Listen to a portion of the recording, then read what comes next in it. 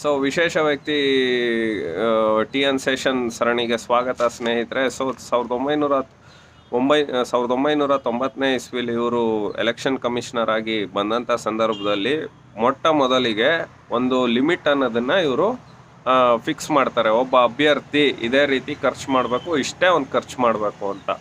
And then ದೊಡ್ಡ ದೊಡ್ಡ ಬ್ಯಾನರ್ಸ್ಗಳು, buntings, ಅಲ್ಲಿವರೆಗೆ ರಾಜಾರೋಷವಾಗಿ ಯಾವ ರೀತಿ ಬೇಕು ಅಂದರೆ ಆ ರೀತಿ ಎಲೆಕ್ಷನ್ಗಳನ್ನ ನಡೆಸ್ತಾ ಇದ್ರು.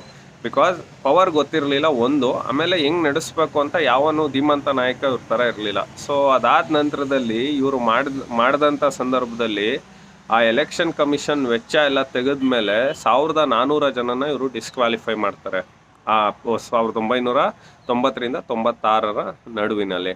ಆ್ಯಂಡ್ ದೆನ್ ವೋಟಿಂಗ್ ಸ್ಲಿಪ್ ಆಗ್ಬೋದು, ಮನೆಗೆ ತಲುಪಿಸೋದಾಗ್ಬೋದು, ಈ ರೀತಿ ಚುನಾವಣಾ ಹರಿಕಾರ ಅಂತಲೇ ಶೇಷನ್ ಅವ್ರಿಗೆ ಹೇಳ್ಬೋದು.